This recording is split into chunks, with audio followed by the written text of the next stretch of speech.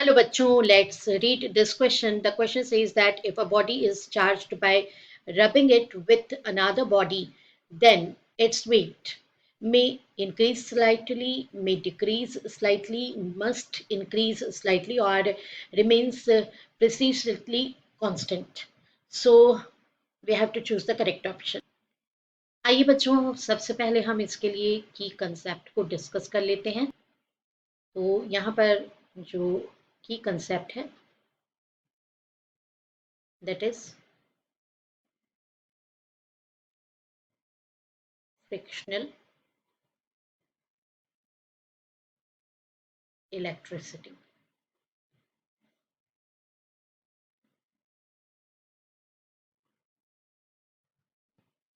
क्या होता है स्टूडेंट्स कि जब दो ऑब्जेक्ट्स आपस में रब कर दिए जाते हैं, जैसे for example this one is object one and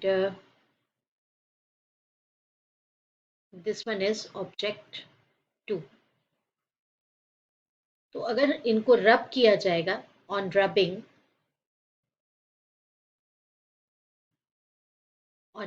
with each other, there is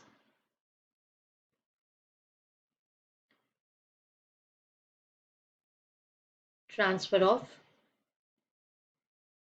electrons between object 1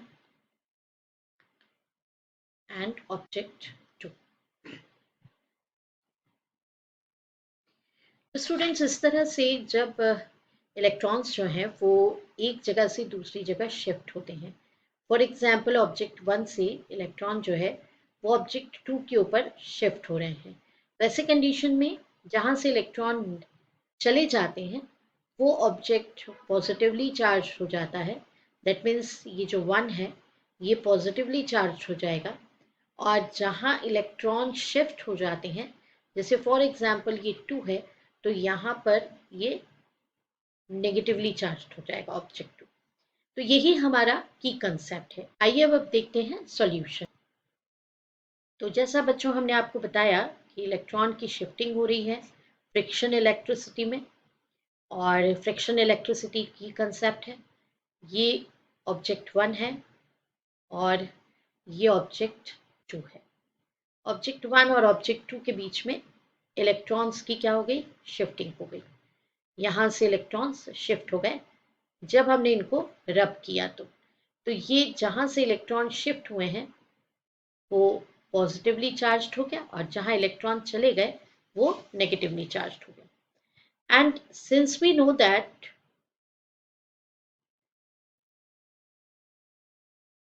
mass of electron mass of electron कितना होता है, 9.1 इंटू 10⁻⁻31 kg होता है।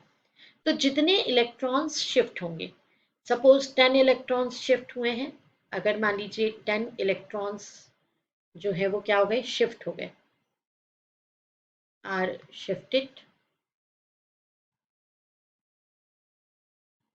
From object one to object to,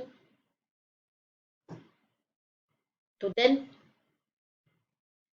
मास में कुछ थोड़ा सा स्लाइटली चेंज इन मास कितना हो जाएगा, change in mass 10 times of mass of electron. इतना शिफ्टिंग होने के बाद 10 times of mass of electron इतना चेंज आ जाएगा। तो से ऑब्जेक्ट वन से क्या हो जाएगा, रिड्यूस हो जाएगा। Object one mass of object one क्या हो जाएगा, रिड्यूस हो जाएगा।